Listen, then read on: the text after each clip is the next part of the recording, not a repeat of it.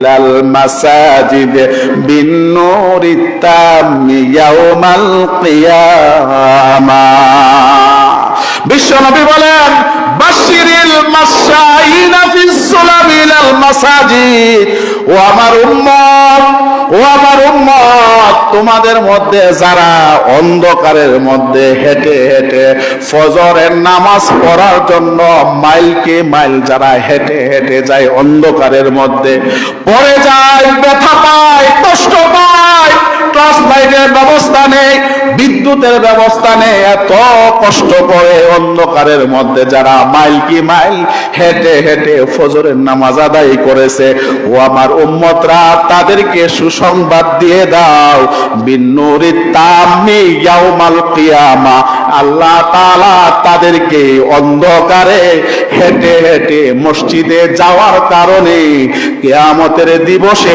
পূর্ণ আলোর ব্যবস্থা করবেন। বলেন সুবহানাল্লাহ।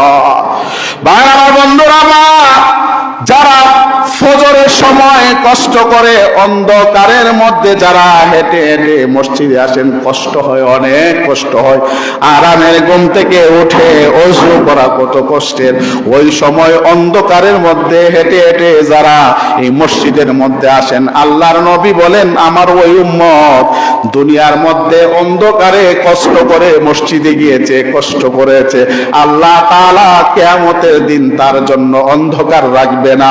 ওই ফজরের সময় অন্ধকারে হেঁটে হেঁটে মসজিদে যাওয়ার কারণে আল্লাহ তাআলা তার জন্য কিয়ামতের মধ্যে পূর্ণ আলোর ব্যবস্থা করে দিবেন। বলেন সুবহানাল্লাহ। আমি আপনার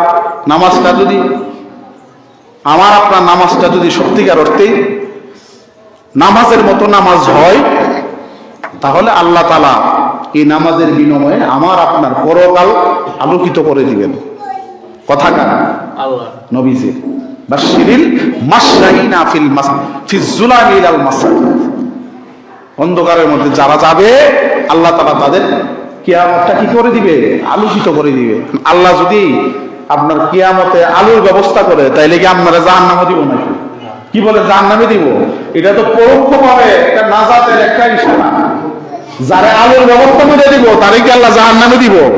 হ্যাঁ, এটা আলোর ব্যবস্থার মাধ্যমে, এই কথা বলার মাধ্যমে নবীজি মূলত ইশারা করেছেন আল্লাহ তাআলা অন্ধকারের মধ্যে যেই সমস্ত উম্মত কষ্ট করে মসজিদের মধ্যে আসে, আল্লাহ তাআলা এই অন্ধকারের বিনিময়ে পরকালে তাকে জান্নাতের ব্যবস্থা করে দিবে। বলেন সুবহানাল্লাহ।